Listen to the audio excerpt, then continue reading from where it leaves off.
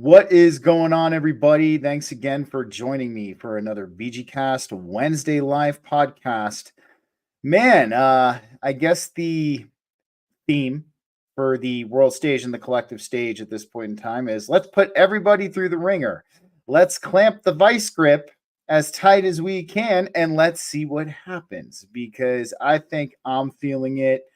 A lot of other people are feeling it. If you guys saw my X post today, I ended up getting laid off from my company of 4 years. It's just been a very, very bizarre and interesting turn of events, I think, not only in each and every one of our lives, but in the human collective as well.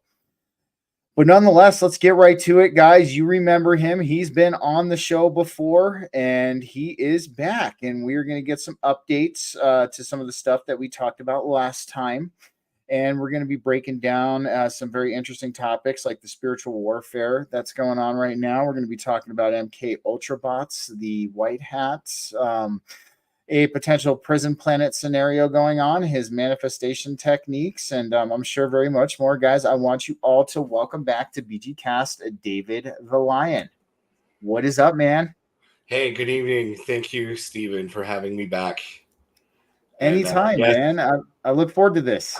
well, thank you. And I'm sorry to say that the room is still a mess. If you'd been through the summer I'd been through, yours room would be a mess too. However, most of these things back here are actually for sale. I just don't have anywhere to put them. So, but anyway, All good, man. All good, yeah. man. No worries. Nobody's. I'm not judging you. I mean, my Yeah. basement man cave isn't the cleanest either. So, Well, it's interesting. One of the truths that I learned this summer, because I spent a lot of time in meditation and receiving instruction from beings that no one would believe. But one of the things that they taught me is that when you render judgment against someone, and you don't accurately understand their situation, their mindset, their motive, that judgment doesn't affect them at all. Ultimately, it all returns to you fully, and if you're not prepared for it, you're going to have to learn the lesson behind the judgment. I'm with you on that. Yeah. Every judgment is a confession. So, and as the angel of judgment, I have had to learn that lesson. And people hear this angel of judgment. What? How dare he? That's blasphemy. But didn't anyone ever watch Touched by an Angel? It's a lot. Dude, I remember like that show. It's a lot more like that. I mean, there are forces beyond our understanding, and sometimes those forces like to have embodiments here on Earth, or God likes us to, for whatever reason, because we're here for a reason. And there are many examples of this in every religion, including Christianity. So the idea that someone could be an angel in human form, that doesn't make me better or worse than anyone. It simply means that I understand something about myself that helps me to identify what I'm here to do. And I mean, if I have met people on this path that have reached that level of consciousness where they do understand something of their divine heritage, and they totally let it get to them. And that's how cults are started. Yes, you've probably met them too. No, they really do think that they are like God in the flesh, like in the sense of, oh, worship me. And that's, I met some scary people, honestly, on this path. You think it's just the movies, and then no, I have met some interesting people. So. I'm with you, man. And that's why, honestly, between you and I'm not going to say their whole name. I'm just going to use the initials ER. Her and I no longer communicate anymore for various reasons. You and I discussed that. So actually, dude, we got a quick little comment from a viewer here. We got dude, my higher self is a fractal of Gabriel. I don't judge and 100% understand what you're talking about, man. That's Don Rogers from March 4th Productions. Thank you, sir. So Yeah, no, Don's a great guy, man. I've been on Don's show a few times. He always tunes in, and I'm always grateful that he's here. But no, man, I'm with you, man, and I've experienced that before myself. With the judgment and it returning to me in various different situations I can think of off the top of the head in my own spiritual evolution as well. And I think part of that, man, we were chatting about this a little bit before the show, has to do with kind of the spiritual warfare we're experiencing at this point in time, man. Let's lead off with that because you and I were having a very interesting conversation about this. So let's talk about your experience. And I know not only I, but I'm sure a lot of other people are going to resonate with your experience as well. Yeah. So, wow. So much happened like in such a small span of time. Even like it's hard for me to even describe it all, but after our last show together, my life like took off like some kind of roller coaster, and not even like a fun one. I mean, there were parts that were quite interesting, but yeah, I wouldn't want to do it again. but here we are, like having our second show now, and it's almost like the bookend because I've almost come full circle. So it's kind of weird that it worked out for us to. Like we planned this show like pretty much months in advance. So divine timing.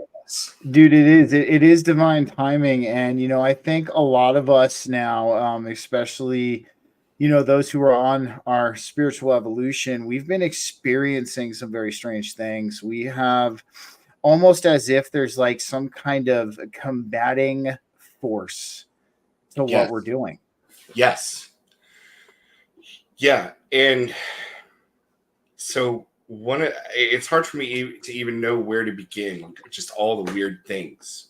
I mean, okay, well, let me just. I mean, the first was just having that show with you, and then being introduced to the survivor community, and it's like, oh, there's actually all these people who have stories that are similar enough to mine that it's like it's weird, like. Mm-hmm.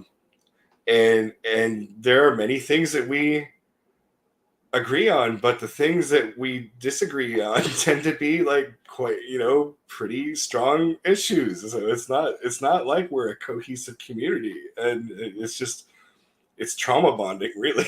And so, in a lot of ways, I agree with you. Which I think is not healthy. it's not, man. I think honestly, what needs to happen is and it sucks and that it's still this way. And this is something I've tried to kind of hammer home for quite some time, not just with my viewers and my listeners, but in the, I call it the conscious community in general at this point, is we've got to stop infighting. It's doing us more harm than good. It's making us spin our wheels. And what it's doing is it's giving these energies or these powers that were exactly what they want, and that's the thing. And you experienced this firsthand. Well, unfortunately, there are many agents of chaos. I mean, I've seen it. I saw it in the York County Republicans when I tried to, I tried to get involved in local politics there, and I actually, I was involved in a literal campaign to.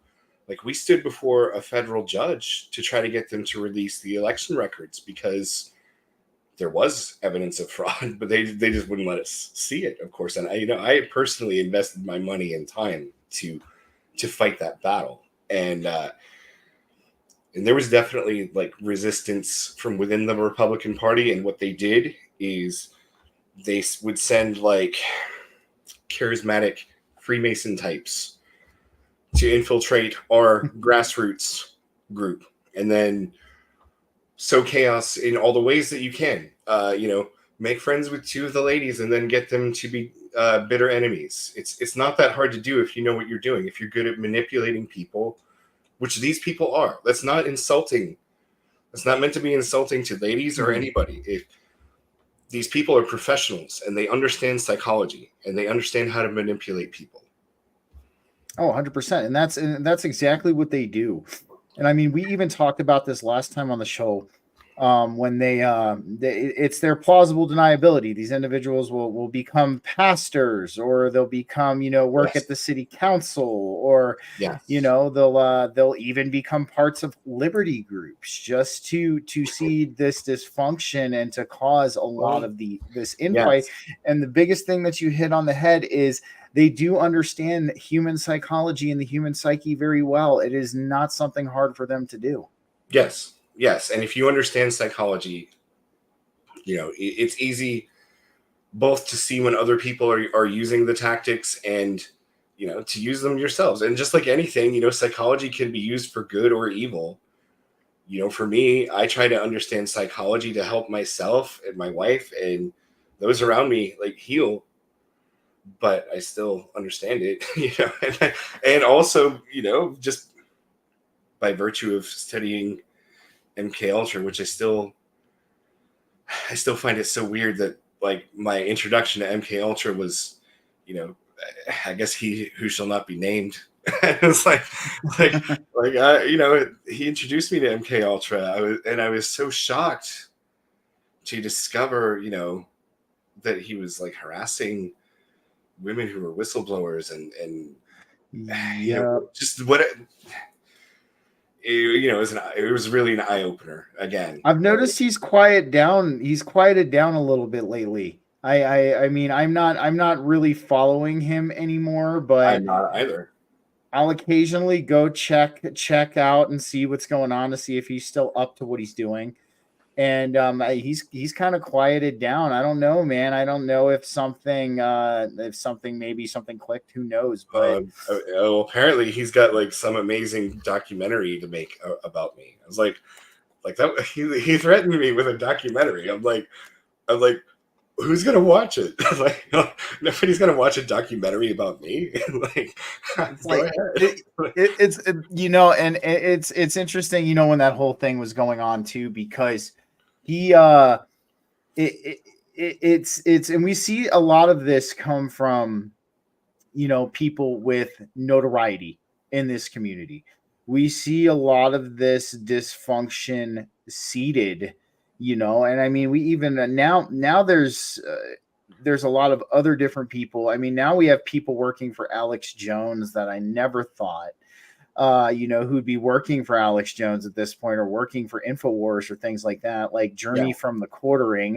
That was the biggest left field thing I think I had ever seen when it comes to this. But again, this guy spreads the separation, spreads the dysfunction, and it's crazy. And I mean, yes, I believe this is part of the spiritual warfare, man. I mean, we're looking at least in my eyes, you'll probably agree with me on this. I'll get your thoughts on it. Is I think we're dealing with a combination of two things. We're looking at manufactured and organic, and they're reciprocating each other. Yeah. So, oh, I started formulating a theory. I may have mentioned in the past, my own childhood. I believe that there was some kind of involvement in the MK Ultra program. I don't know what that is, but I know it's more than nothing. So, but after having some really good talks with my dad, like, I really don't think he was involved in anything nefarious, at least in his mind. But it does seem like he knows something.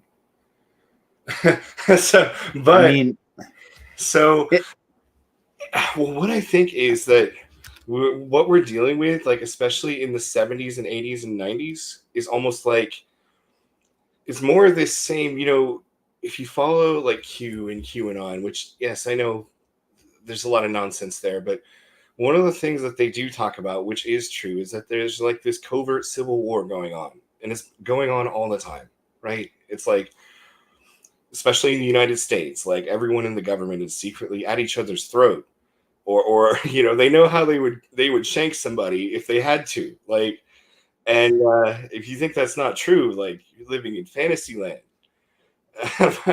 I'm with you. So I want to run this by you, because this was a concept that was kind of brought up to me. I've heard about it before, but the Luciferians versus the Malachians. at this Cool. point. Now, like Interesting. you, That is funny. so there's apparently two divided factions at this point within not just our government, but the global control structure as a whole. There's the Luciferians, and some people, again, for the people looking for evidence on this, there's little bits here and there, but Elon Musk being part of the Luciferians, and Okay, people like yeah. Alex Jones and all of that being part of them. And then the Malachians would be kind of the old elites, like the Rothschilds, Mhm. the Yes. Rockefellers. We got another comment from Don real quick. Hold on. When people stop caring about sharing knowledge and truth, we are discovering, and more about likes, views, and getting a payday, they lose sight of service to others. I completely agree with that, Yeah, Don. yeah, that's probably true. 100%. But no, that's what I mean, dude. There's that rumor going around that there's these two divided factions, the Luciferians and the Yeah. Malachians, and they're at this civil war with each other. And it's interesting that you just brought that up. Well, I actually have heard about this for a long time, in fact. So yeah, I do know for a fact that I heard about this like years ago, because I'm in a lot of like different spiritual communities on different social media and stuff. And I do remember somebody commenting about a channeling where like there was like this civil war in the spiritual world, because many beings, who previously would have been considered on the side of evil, were like, hey, we actually kind of like humans. Like, there's the side that wanted to exterminate humanity, and there's this other side that's like, we don't actually want to kill them. Like, so that's kind of where it came down. And so yeah, there is like this divided aspect in that realm. And so you have, and yes, even in the heavenlies there have been sides that have changed. I have not even, I had an experience, okay? But, like, I've been to several layers of heaven and hell in the last few months. It happened at the end of June, the beginning of July. I was almost like I experienced billions of years in the span of seconds. I don't, like, I have a hard time even telling the story. but I can understand, man, because that yeah, sounds. I mean, I've had experiences like that through meditation and DMT. I mean, where you exist in these. It does. It feels like you've lived these lifetimes or experienced these lifetimes yeah, in just a very short period of time. have experienced, trips before, and this was something far beyond that. This was, and I, it's hard for me to tell a story without telling another that leads up to it. So I was invited into this training course. I don't know, on Facebook. There's this lady, and is this lovely little lady in Germany who, she's got this soft voice, and she teaches ascended master teachings, like advanced spiritual stuff. And somehow I got invited to this class, and it was like every Friday Very she's cool. teaching it. And it's been very powerful. And so before the end of June, I'd only been in this group for a few weeks, and she shared one of the prayers of Saint Germain from, I don't even remember which book, but it was this off the chain prayer, like, mighty I am present, see that I do not limit you in any way, in anything that you seek to do to me and through me, for my highest good or the highest good of all. And it was more than that, but it was like basically like, God, just use me to do whatever you want, and I'm not going to stop you. And and that was when I proceeded to have this vision where I was all over the place in reality, and I saw different versions of Earth. I saw that the Earth that many people refer to as the phantom timeline. Um, I saw a higher version of Earth. It's almost like it's almost like this one. It's like kind of on the same timeline, but it's just things are like a little bit better there. It's hard to explain. Mm-hmm. And then I saw many other layers of reality. I saw a version of hell where I had descended to at some point, where many saints elected to descend to at some point because we were there to stage a jailbreak. You know, it says even in the Bible that Christ descended into hell when he was crucified. Well, yes, and he's a king. We and like here's the thing people miss. Okay, in the kingdom of heaven, no one is above anyone else. It says it so many places. Yes, Jesus is king, and his first rule is in the kingdom of heaven, everyone who wants to be is also a king. Everyone who wants to be is also a queen. If you live as someone in the kingdom of heaven lives, like, it doesn't mean you can just do whatever. Like, there are rules. Exactly. And he told us what the rules are. Love God, love your neighbor as yourself. So if you love your neighbor as yourself and you're the king, then you're going to treat your neighbor like royalty as well. Mm-hmm. So And I think that's something, you know, we can even take from what you just said is, you know, there's a simple innate moral code. I think that, you know, we all should be following with each other, and that we all should be, you know, at least utilizing in the communication processes we have here in this existence and in this timeline. And I can't even imagine, man, you know, there's so many strange things going on at this point in time.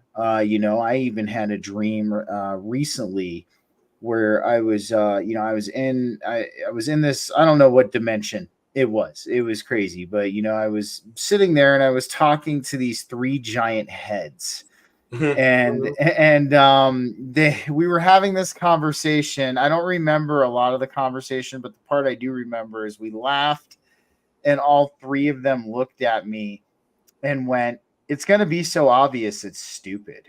sure. And I looked at them and I was like, what's that mean? And then they go, "You know what I mean." And then I ended up waking up, man. So I think right now, I mean, we're dealing with a very interesting influx of a lot of different things. And you know, another thing too, man, I'll run by you. This is a theory I was just kind of talking to somebody on the phone about before we started this show. He thinks that, and there's other people who think this too, that they're going to use the 5G towers to help kind of bring in some interesting things. I mean, what are your thoughts on that? If you want my personal opinion on the 5G towers, I think they've been using them. I think that the Department of Defense funded a project called Project Jedi that Amazon was responsible for, and that project was later moved to Microsoft. And they even had offices in Charlotte, North Carolina, where they worked on it. And this project involved nanobots that they could inject into human beings in order to use them for cloud storage. The patent exists. Look it up. It's real. I'm with you. I know. I know it's real. Yes, and this is what they did to people with the COVID-19 vaccine bioweapon. And I'm sure they have many other ways to transmit it by now. And 5G is the network that carries the data transmission. And yeah, everything I just said is totally possible technologically. And if you think that it hasn't happened, you are probably under its spell. And I'm with you, dude. You know, this is a conversation. People, and this just kind of goes to show you the disconnect that has occurred in, you know, not just the American collective, but the global collective. Because I was having this conversation, you know, I mean, I'm sure you've seen all of the stuff all over X, you know, about how is this female actress truly a man? and Yes. things like that. We've been seeing this inversion, the inversion of the gender, especially. But dude, it's like, and people are, scoffing at this. But here's the thing, man. Like back in the Roman times and in the Greek times, I mean, if we're going with the history that is consensually believed, it was not an uncommon thing for a man to play Yeah. a woman role. It's And to, true. yeah, It's true. But consider this.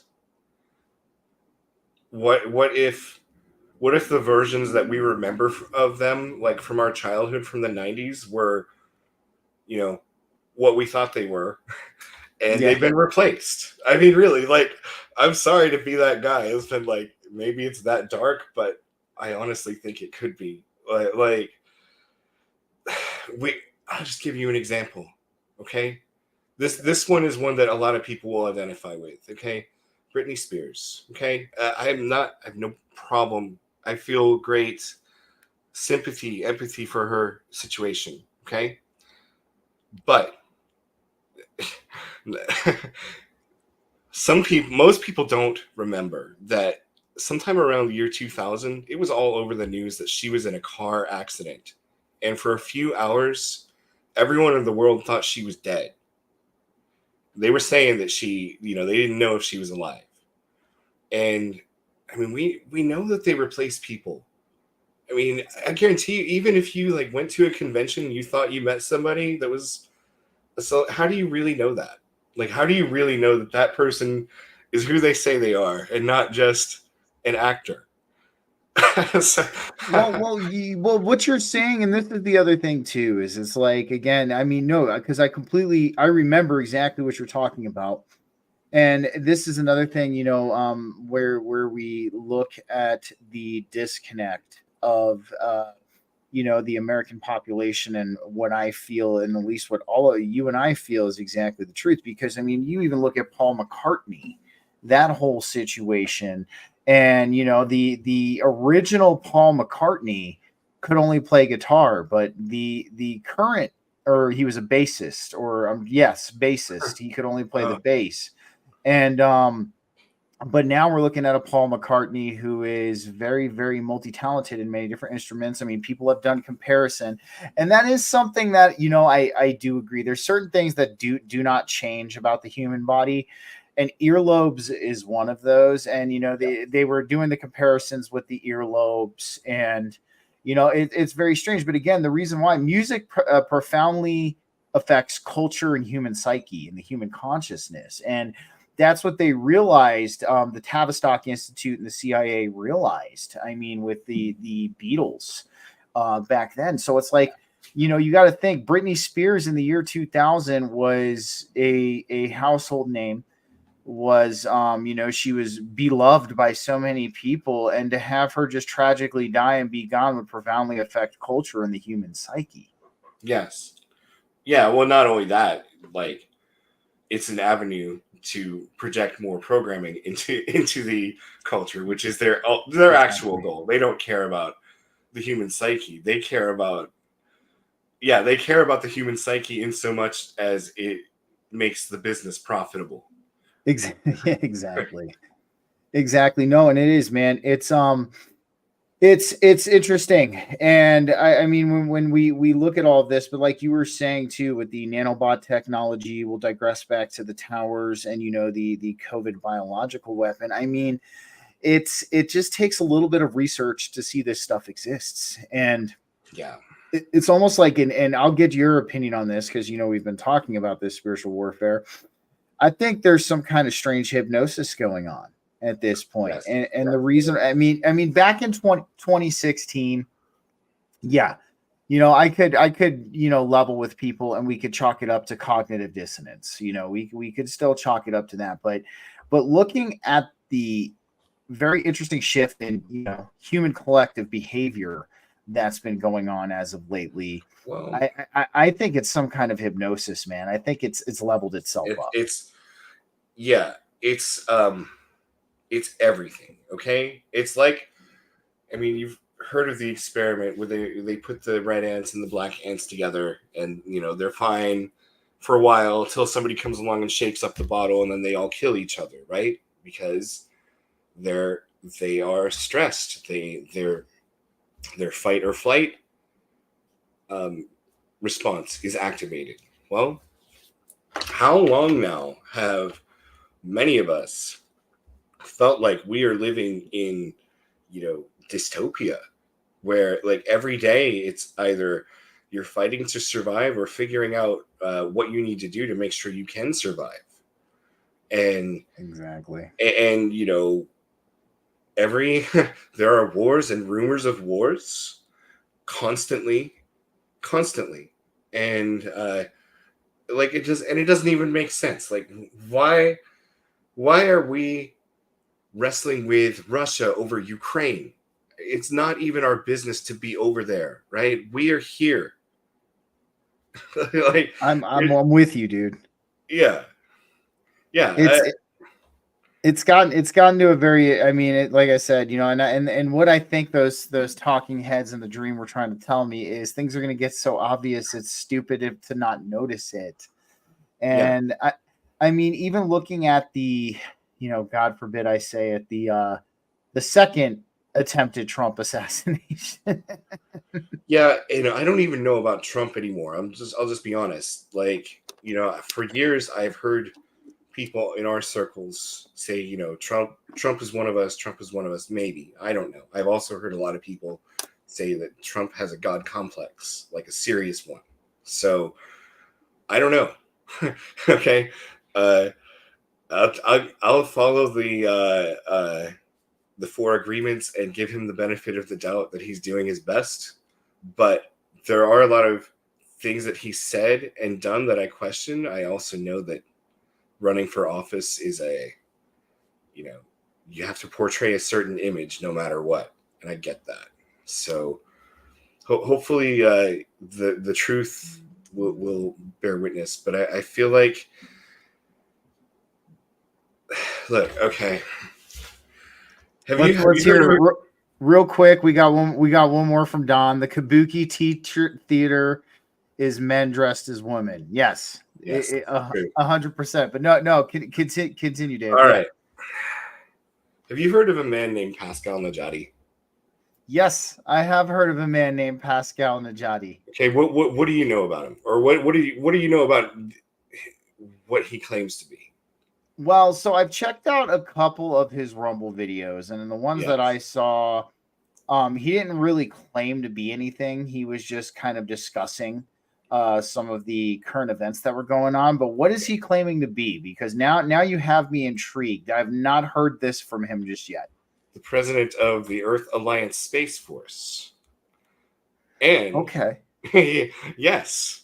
And no, he actually had several one-on-one Zoom calls with me and I was talking to my friends about it, and one of them was like, because I showed them the picture, like, you know who that is, don't you? And I was like, no, who is that? They're like, that's Dodi Al-Fayed. That's the man who was in the car with Princess Diana. And like, I compared. Holy shit! We gotta look this up real quick. Are you kidding me? Hold on. No. So hold on. I'm gonna pull up 2 tabs and we're gonna do a comparison real quick because that'll be good. Because nah, man. Because if he is, dude, that is that is crazy, dude. Hold on. How do you spell his last name by chance? Najadi. Yep, got it. All right. So I have a photo of him here. I'm gonna expand in this window real quick. Not a whole lot about him. It's really not, man. What's that? And so what was the person who was in the car with Princess Diana? Dodi Al-Fayed. Dodi Al-Fayed. Yes, here we go. All right. Yeah. Now Pascal claimed to me that, holy shit, dude! They look kind of similar. Yes, they do. And Pascal explained to me that he is basically like an immortal being. That like his job is to like go undercover and like do stuff like that. Like that was an extraction mission to get Diana out from the royals. Is basically what. Holy shit, dude! They look almost identical, man. Hold on, I'm gonna pull this up. So everybody who's watching. everybody who's listening at this point in time, David just made a really interesting correlation, and I'm looking at this with my own eyes. So I'm gonna bring up Pascal, and then I'm gonna bring up Dodi. So let's bring up Pascal real quick here, dude. This is bro. You hit something good. You hit Yeah, no something good kidding. here. No You hit kidding, but something good here, dude. it threw Yeah. me for a few loops though. All right, so this is Pascal, everybody. Get a good look at him, get a good look at his facial features. Um, so this definitely looks like a older version of who we're looking at here. So this is Pascal, Yeah. everybody. I'm gonna go ahead and close this window out. And now let's look at Dodi real quick. Whoa, dude, that is so strange, man. Ooh, dude, you just found something. I mean, look, man, look at this guy. It is like literally we're looking at a younger version of Pascal Najati, dude. Yeah. Especially in this photo right here that we're looking at, man. I mean, that right there, dude, it's almost uncanny. Like very similar facial features, very similar kind of expression. Um, Let me see if I can do a side by side comparison. Real quick. Hold on. Let me see if I can pop this out.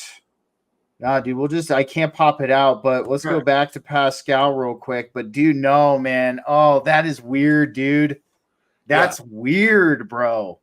Yeah, it is, and yeah. Oh man.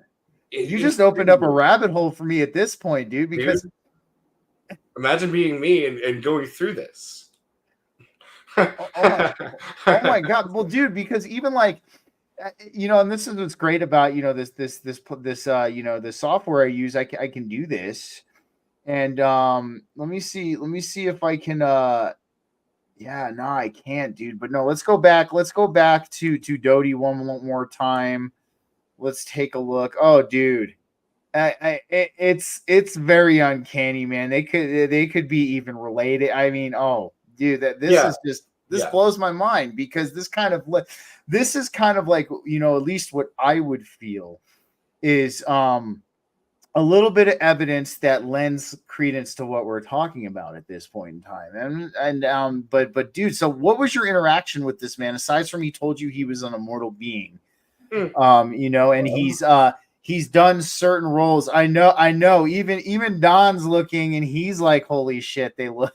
It's like, so it's crazy. He he reached out to me. I think it was over Twitter first, and it was because he's got an account on Twitter where he posts like some of his Space Force videos, and I commented on a few, I think.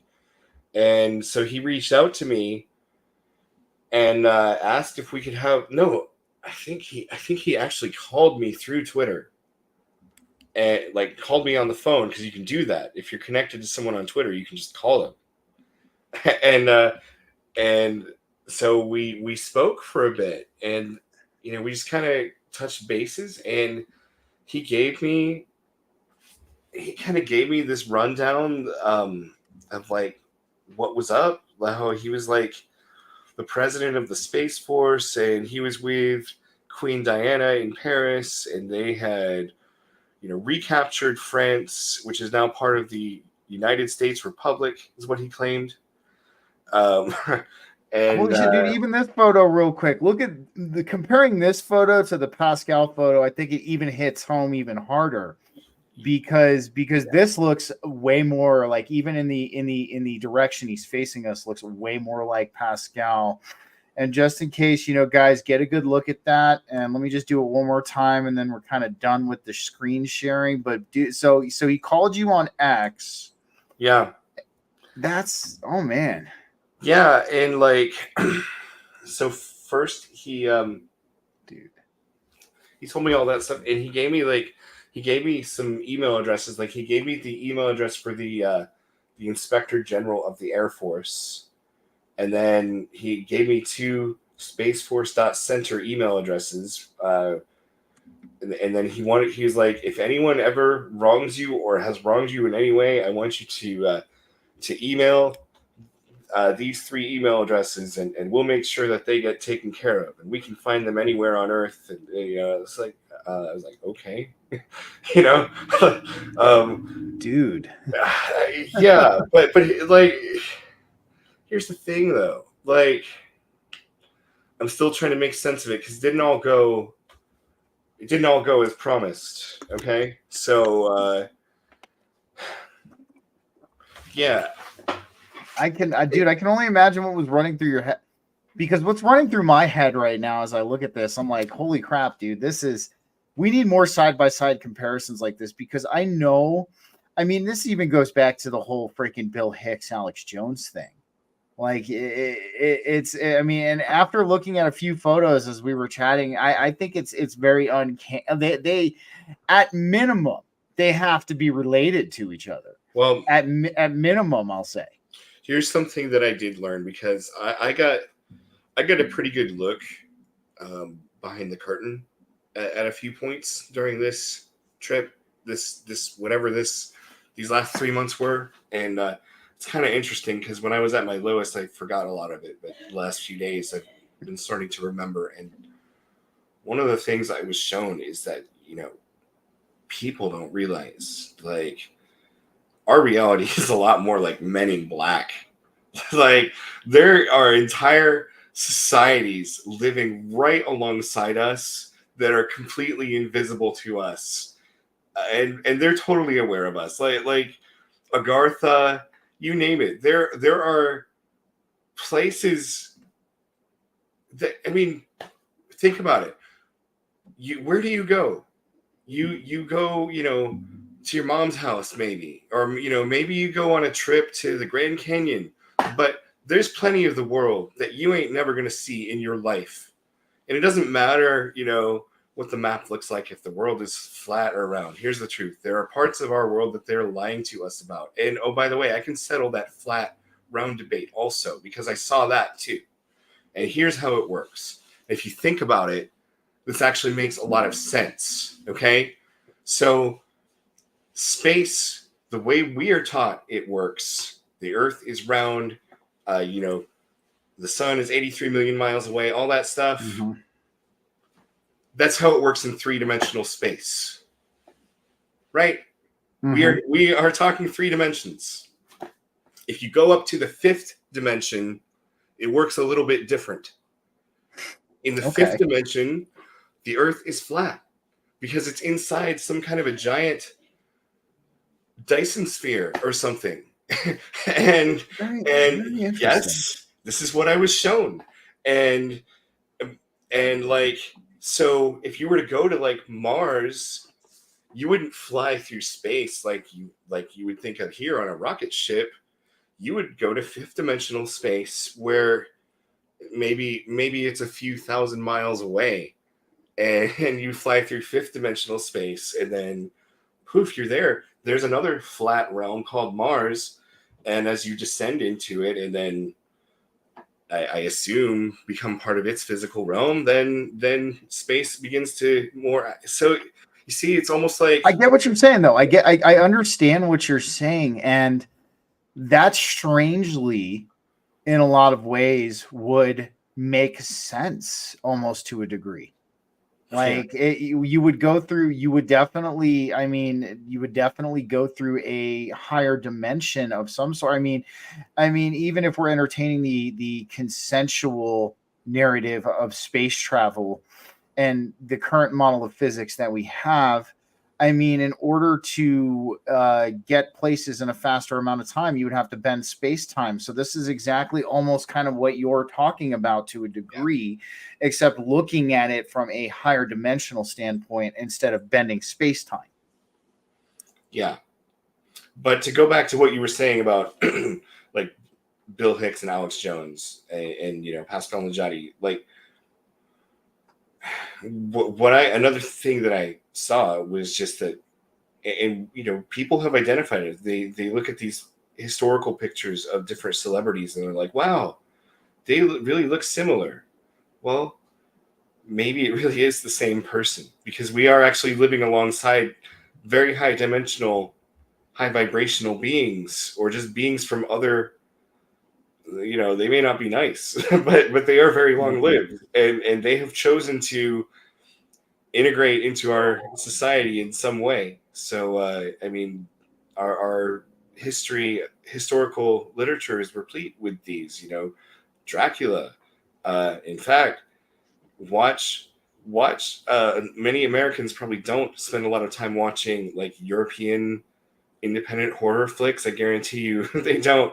And but if you do spend much time watching it, you'll see a repeated theme, which is these poor commoners get lost in the Black Forest, and then there's some uh, royal or noble there who happens to be a vampire who finds them, lures them to their castle, and eats them or sacrifices them. I mean, there are so many European movies about this. There's actually a lot of stories like that as well. Yes, there are. I feel what you're saying there.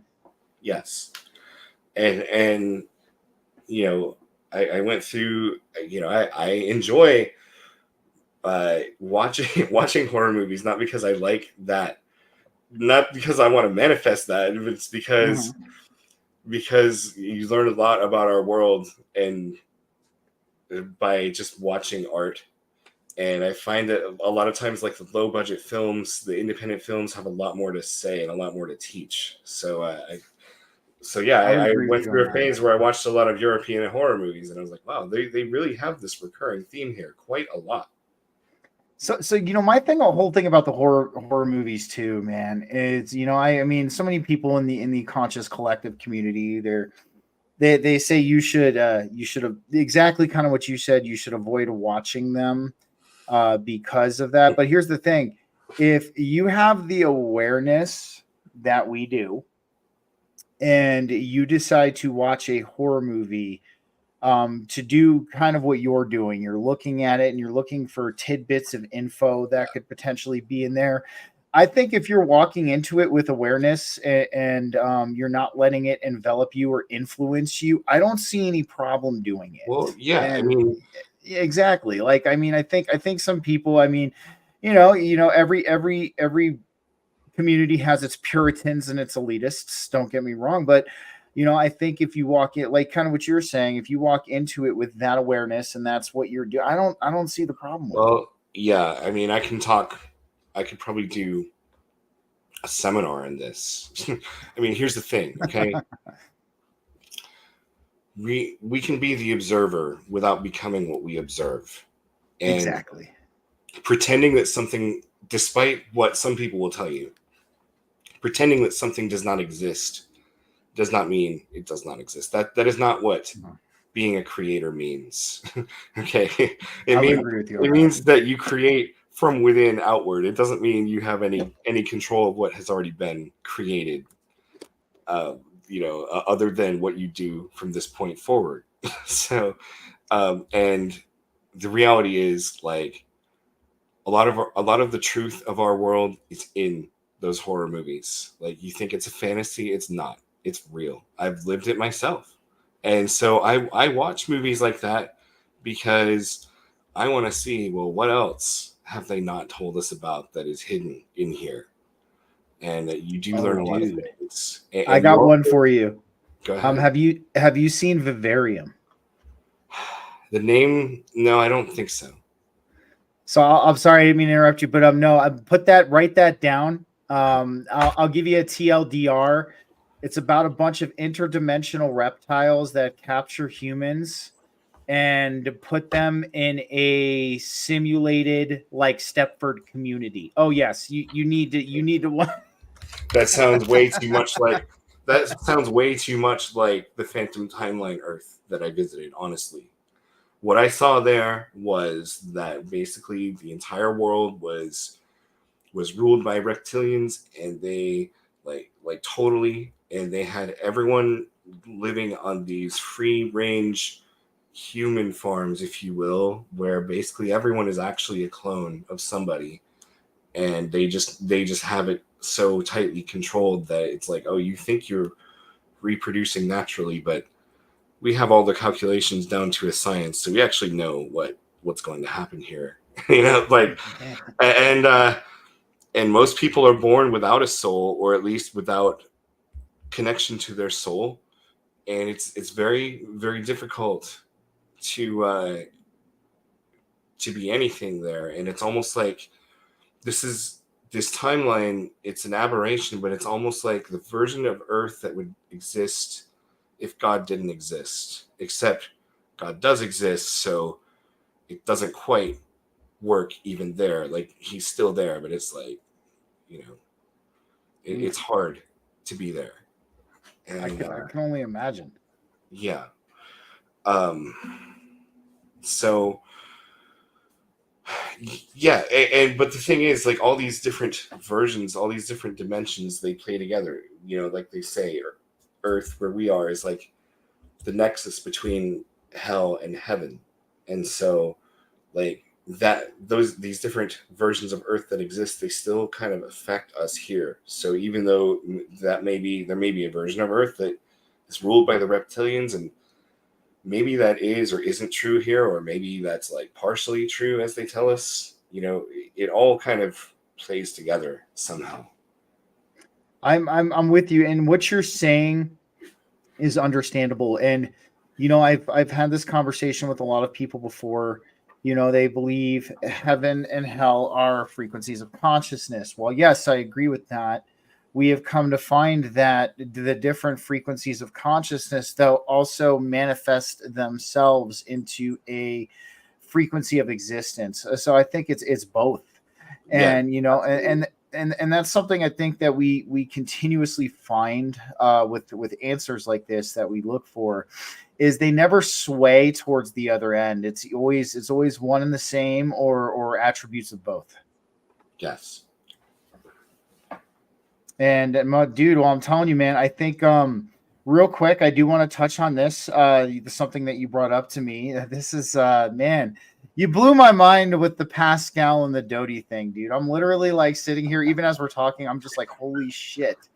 Yeah. Well, my mind was blown too. And unfortunately, as a result, my defenses were down. I fell for some really idiotic scams. I lost a whole bunch of money, and I ended up going through like months of shit because of that. But and I'm not saying it was his fault, but I'm questioning some things that happened in that interaction. I almost feel like I was led to that position. So just kind of have some questions about how that all went down that leave me scratching my head a little.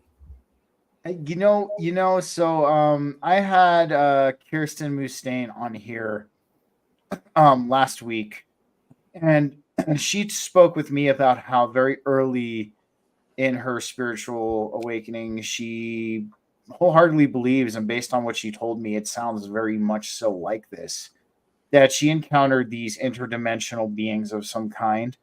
I don't think it's out of the realm of possibility, and what I do think is happening at this point is I think people like us are going to get it's going to be a revelation on a subjective level first, kind of like your experience that you had, her experience that she's had, and even an experience that I've had.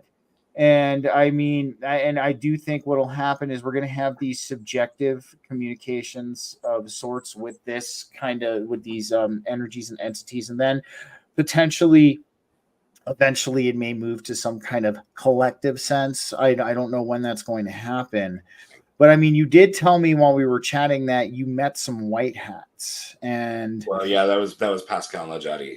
that was okay.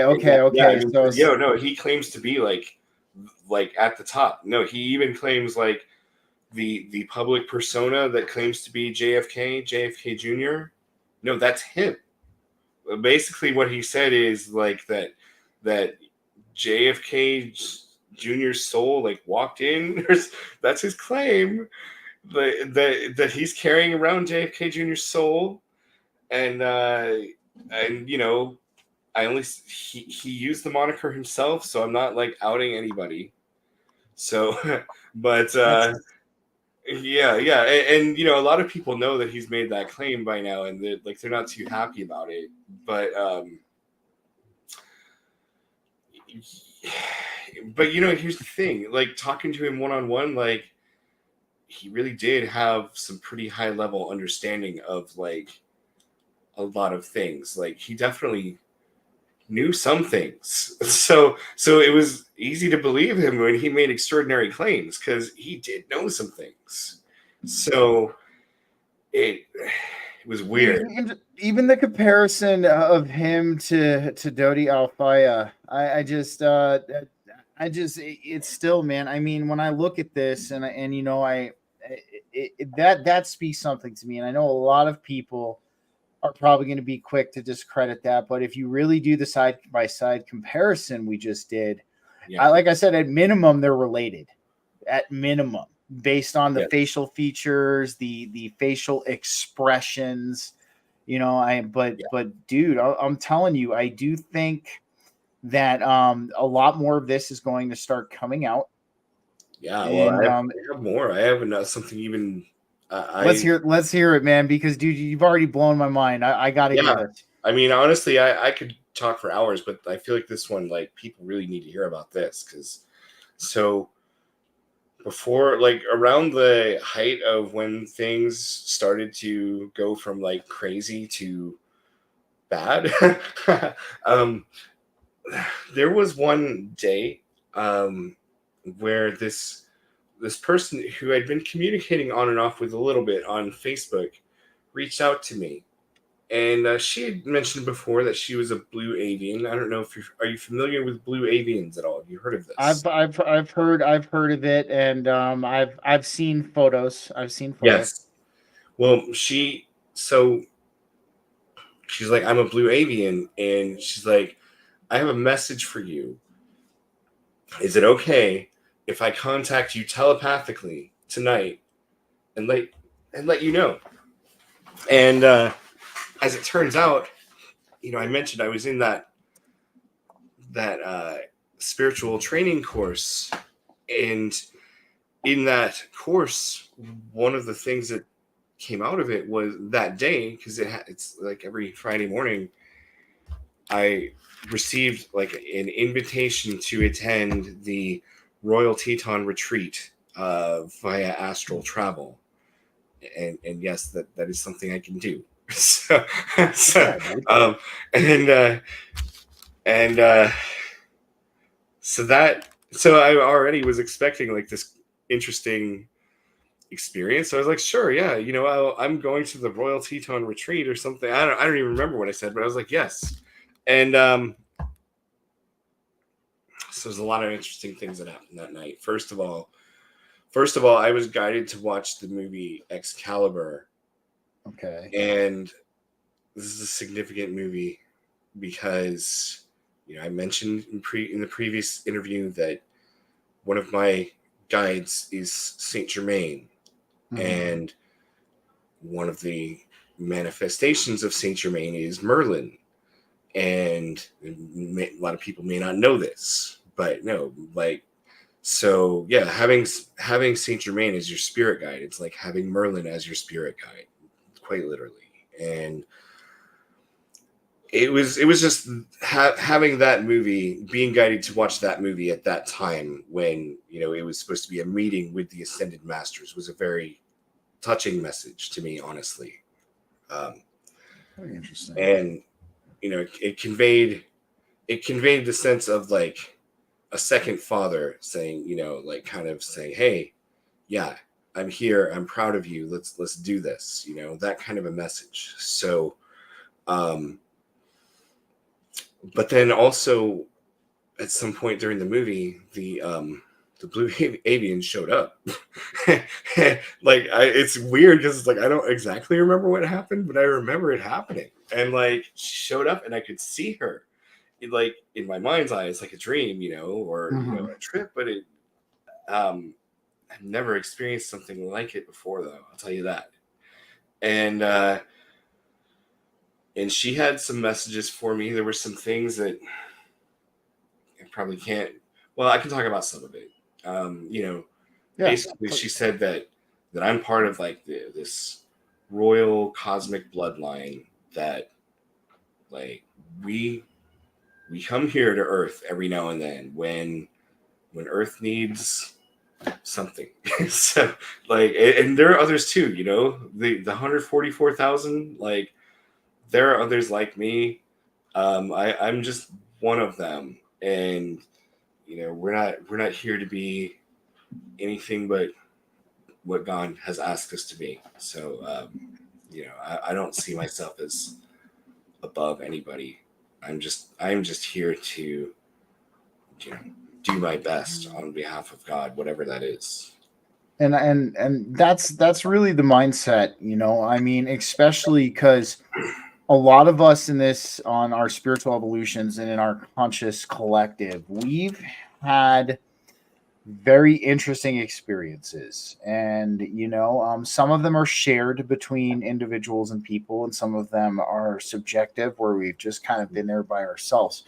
I think you're doing the right thing though with it, David. Is you're Yeah. taking this information, you're taking these realizations, and you're using it to catalyze your work here, and you're using it to help increase the frequency of this collective, and you're doing the right thing with it. I think really where you know, where it falls off is when you have these realizations and these remembrances, and then you go start a cult, and then Yeah. you have everybody drink some spiked Kool-Aid, and it all goes downhill from there. Well, yeah. And oh, there's something I didn't like. The real kicker to that conversation with the Blue Avian was the next day when she reached out to me on Facebook, and she's like, "Hey, remember that telepathic communication we had? I just want to make sure you still remember it." And so we were just going over like what we talked about, and she's like, "Oh, why was there a round table there?"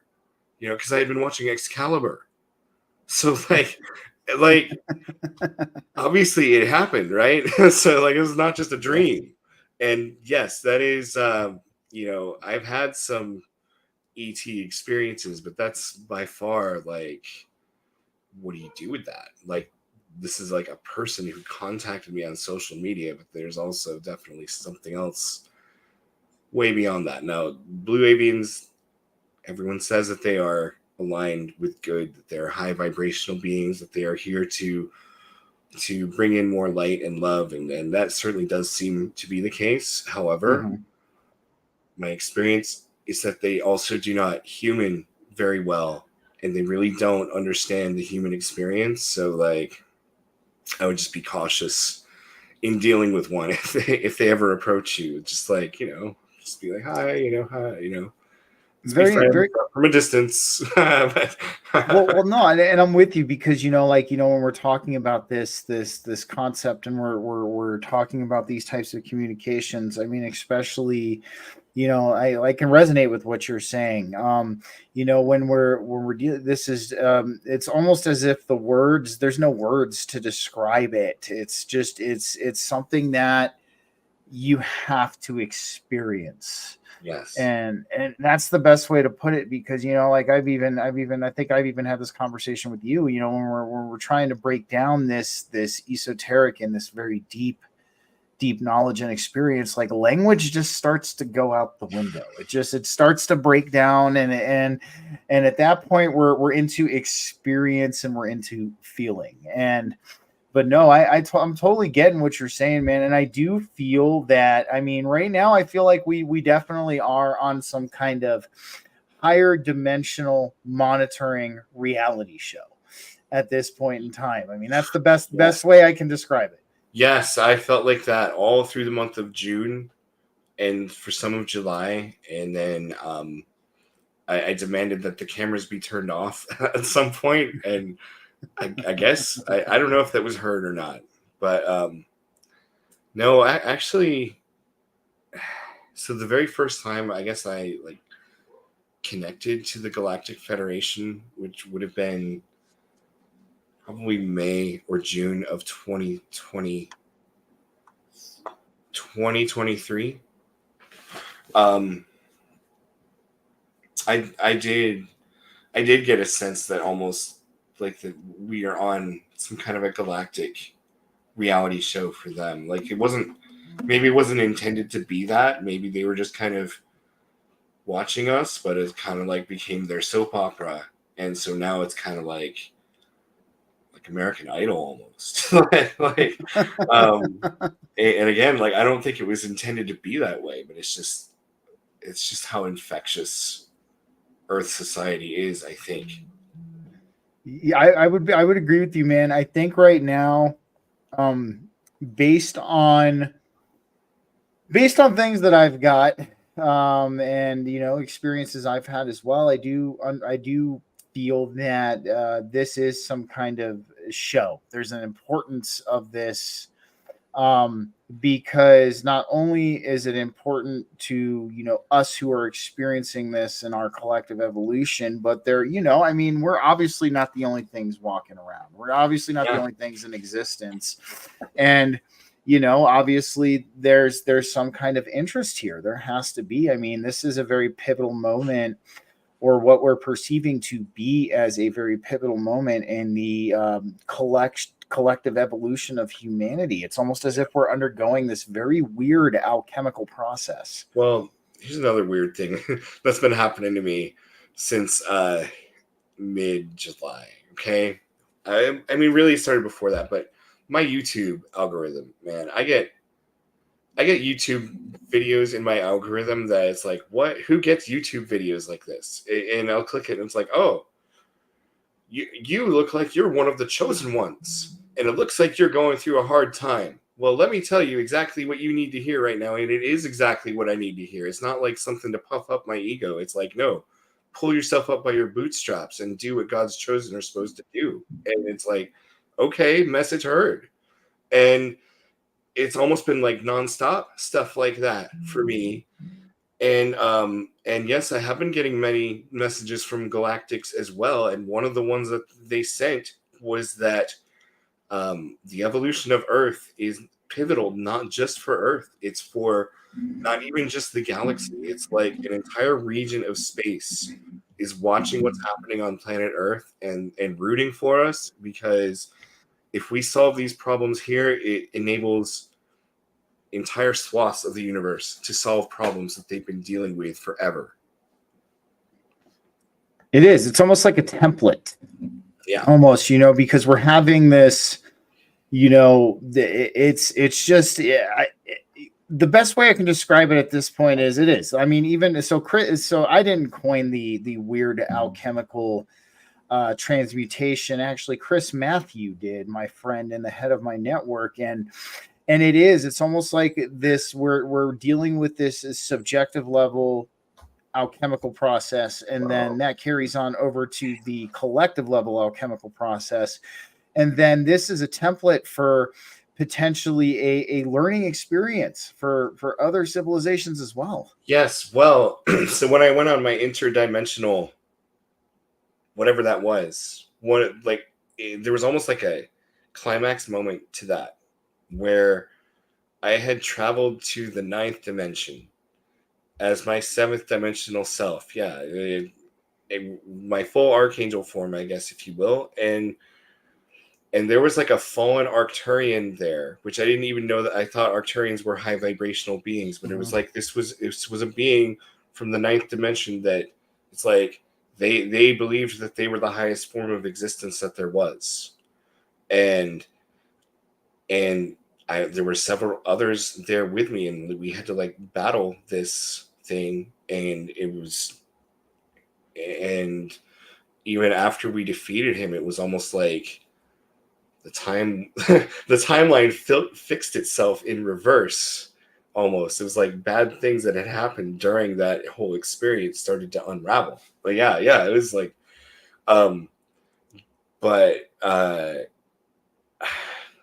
so it could be that this experiment with individuality, perhaps it's like, well, it's supposed to work, but for some reason it goes really horribly wrong sometimes, like even in the 9th dimension. And so we really need to figure out how to make it work, because we know that it's good. Like, we know that God wants it to work. How can we make sure that it works without creating a 9th dimensional Satan? so Well, that's a good, and because I mean, based on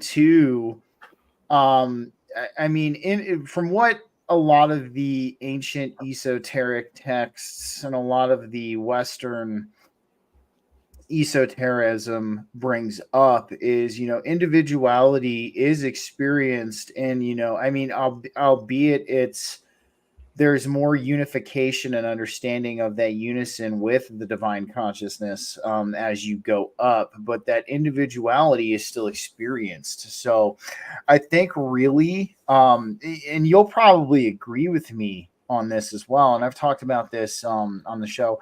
Yes, I think we agreed to this, but I think there was a sleight of hand involved. Yes. I think we agreed to this collectively, But or and there would, but something, once we made that agreement, something was like, okay, and yeah. then Well, I will tell you this. I will tell you this though, because I spent a lot of time in the trenches, a lot of time alone with God this summer, and one time I was astral traveling, and I saw, let's just say it was an angel that walked into the room, and she sat down, and she's like, he always waits until the exact perfect moment to strike. And I knew exactly who she was talking about. She's talking about God. Mhm. And because here's the thing, everyone says these demons, these reptilians, they're great deal makers. They understand legalese. Well, it's true that they do, but they learned it from the master. and God is the best deal maker of all. And the only reason he never breaks a soul contract is because he knows what he gets if he fulfills the contract, which is everything. And so that's what's at stake here on planet Earth.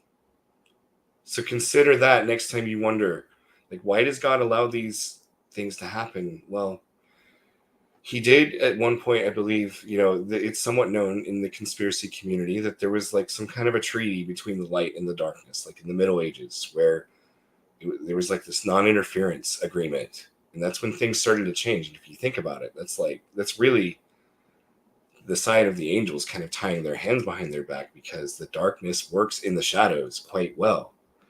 But God always has the upper hand, even if he looks like he doesn't. Promise you that. Oh, 100%. And one thing that you brought up too, like one of the biggest things, that's something we hear a lot from people. Well, if God exists, why does he let this happen? And that's something we hear from a lot of the consensual population. That here's the thing though, like one of the biggest things that I always say is, and this is just seems to be how humanity works. How could you truly know and appreciate peace if you've never experienced conflict? Yeah, How it's can not even, it's not even just that. I mean, no, but who no, I would know it's God be? not Who yeah. would God be if he stopped things from happening? Like, he would either enable bad behavior and have a bunch of narcissistic demons running around, because there's never any consequences to our actions, or he would be the the controlling narcissist that many people claim that he is, that he isn't. Mhm. So, really, like, what choice does he have if he wants to respect free will, which he does? What choice does he have except for to allow things to play out that humanity has already set into motion? Exactly. And I think this is a concept that a lot of the Christian community misses out on, doesn't exactly acknowledge or understand. The free will principle is something I feel a lot of that community misses out and understands on. It's unfortunate because when we talk about the Bible itself, and how the people feel that God would not allow humans to mess with the Bible or to interfere with his word. And I'm like, well, we have free will. And then that plays into that too, man. I think you're bringing Well, up a lot of and what excellent it points. even, like, even if you read the Bible, what's the historic precedent for that? There's plenty of times in the Old Testament where the scriptures, where it says plainly that people hid and tampered with the scriptures. So, like, if the Bible can't be tampered with after, I don't know, Constantine put his stamp of approval on it, then which even that is not true. like even the King James Bible was modified in 1886. So, it's not even the same King James Bible. But anyway, like when did God preserve the scriptures from being modified ever before? Like what's so magical about the current age that nothing new can be written or understood? That makes no sense at all. When an infinite God would do that. It doesn't, man. And I think that's why I do feel that eventually Christianity, one of two things will happen with it. It's going to take on a true form of what it was meant to be, Yes. or it is going to almost be disregarded altogether. I think the former is going to be the case. I think, Yes, yeah, I am the former. And exactly. my prior, I learned to be okay with it from when I found the teachings of Samael and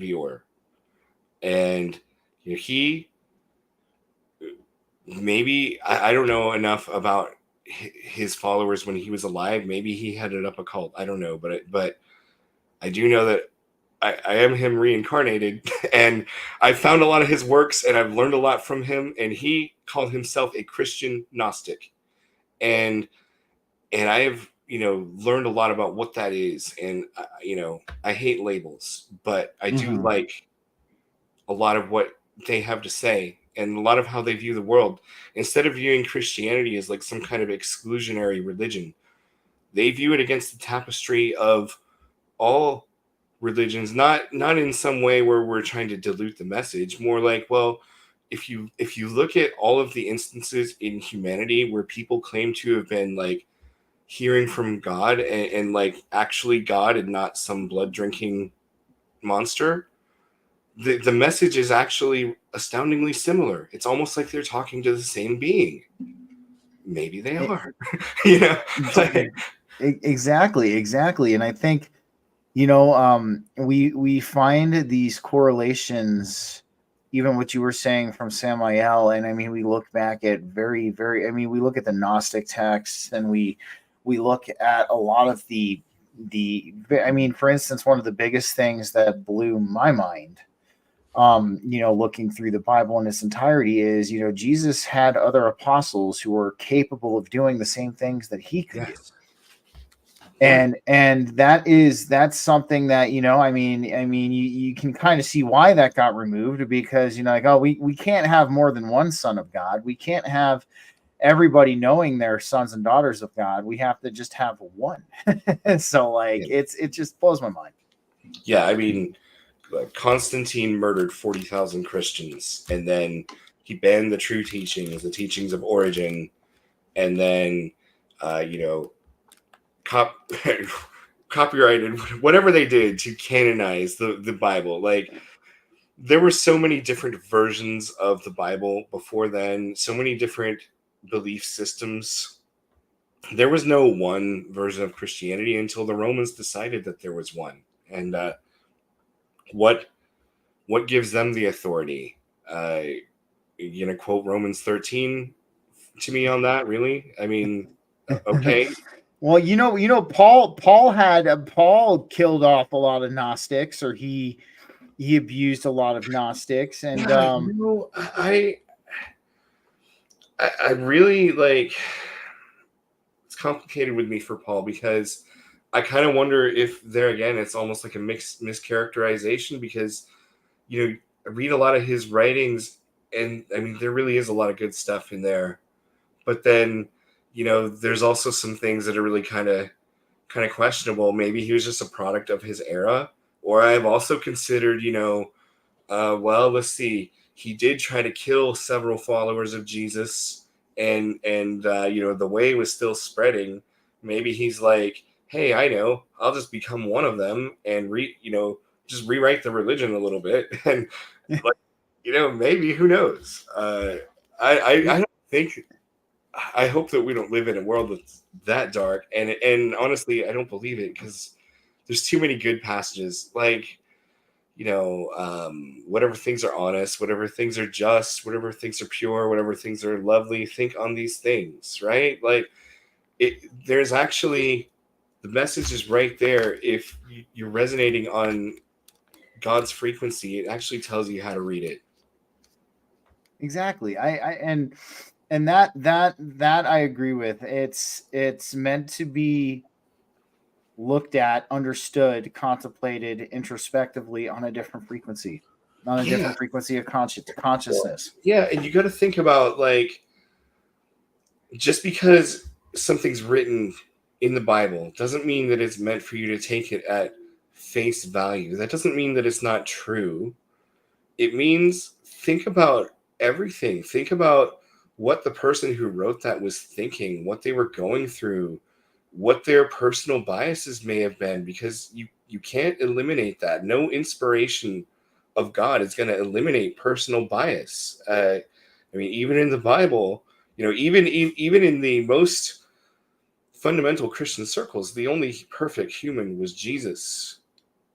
And there's varying degrees of understanding about what perfect even means. Mm-hmm. And so to assume that somebody could sit down and write, the founding theology of Christianity and not insert some of their own perceptions and biases into it, I mean, I think that's laughable. Of course they did. And that's okay. Like, you just read it with that understanding and against the backdrop of what we already know to be true from the other scriptures, from other spiritual traditions that we know make us better people, such as the teachings of Buddha. I mean, honestly, the teachings of Buddha and the teachings of Christ are totally compatible. Christians and Buddhists should always be friends. And I agree with you on that. I mean, in fact, I gotta have the armchair priest on eventually. He brought up a very I think we both follow him on X, but he brought up a very interesting correlation between Catholic and Christian priests and Buddhist monks. So like I completely agree with you on that, man. But listen, David, I got to start winding down. I was gonna say, man, freaking this conversation has been hella enlightening as always, and I'm glad to see things are doing better with you, man. And even the whole Pascal and Dodi, I'm going to be doing some research on that, even more so. And I'm gonna get some compilations. Yeah, I'm gonna get some compilations together of side by sides, dude. Well, let me leave you with this one thought. This is for the survivor community to think about. When it comes to like MK Ultra bots, there's this concept of people who are not consciously aware of what they're doing. Toxicity is it is a way that they distribute the programming without, you don't have to have like an MK Ultra bot. You can, it's more like a wind-up toy. You get exposed to the toxic behavior and it does all the work for you. I've just experienced that myself. So guard yourself from that.